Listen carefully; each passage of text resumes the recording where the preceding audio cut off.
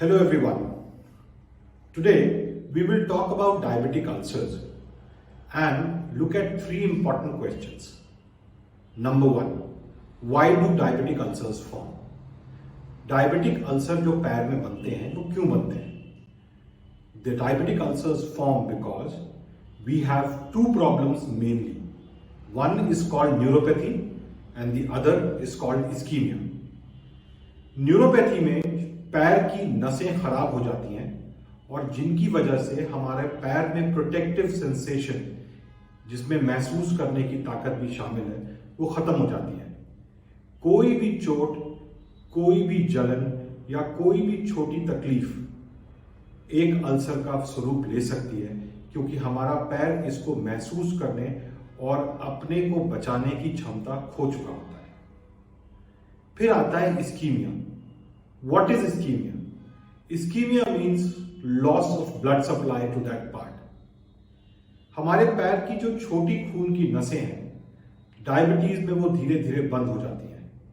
खून के ना पहुंचने की वजह से ऑक्सीजन की भी कमी हो जाती है और उस हिस्से में शरीर के लड़ने की क्षमता भी कम हो जाती है, क्योंकि शरीर के सारे लड़ने वाले सेल्स खून के द्वारा ही किसी हिस्से में पहुंचते हैं।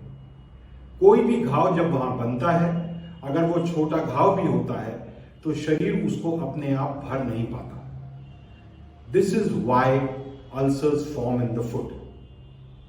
When do they form? They form when the diabetes is long standing. They form when there is an injury, when there is a burn, और we don't take care of our foot and there are cuts, abrasions, etc. पैर में किसी भी तरह की चोट, जलन, cut या सिर्फ घिसावट डायबिटिक फुट अल्सर्स को पैदा कर सकती है और उनको बढ़ा सकती है। Where do they form? ये अल्सर्स पैर के किस हिस्से में ज्यादातर बनते हैं? ये अल्सर्स बनते हैं उन हिस्सों में जहां पे प्रेशर ज्यादा हो। जब आप चलते हैं तो पैर के नीचे के हिस्से में सबसे बड़े वाली उंगली, या जिसको आप अंगूठा कहते हैं, उसके तले में, पैर के किनारों पे, उंगलियों के बीच में, इन द वेब स्पेसेस, या ऐसी जगहों पे जहां आपके चलने पर चप्पल के पट्टे रगड़ खाते हो, ये अल्सर सबसे कॉमनली बनते हैं। So we have answered why, where and when. We must know that all these factors can be prevented except the timing of the diabetes.